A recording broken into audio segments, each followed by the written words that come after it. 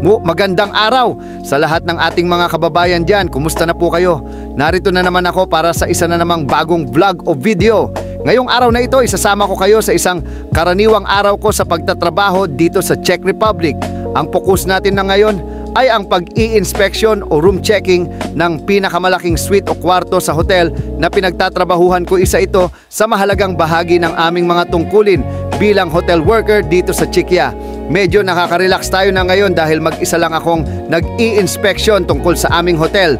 Ang hotel na pinaglilingkuran ko ay itinuturing na isa sa pinakamagandang hotel dito sa Český Krumlov, Czech Republic. Ito ay may humigit kumulang na 50 silid at may 3 palapag. Ang nakakatuwa pa, halos kalahati ng aming mga kasamahan dito ay mga kapwa nating Pilipino. Kayo naman mga kabayan, kayo naman dyan mga kaibigan, saan kayo nagtatrabaho at ano naman ang inyong hanap buhay dito sa Czech Republic? Pakikumpleto naman ang comment section sa ibaba para mabati ko kayo at makakonekta tayo. Maraming salamat.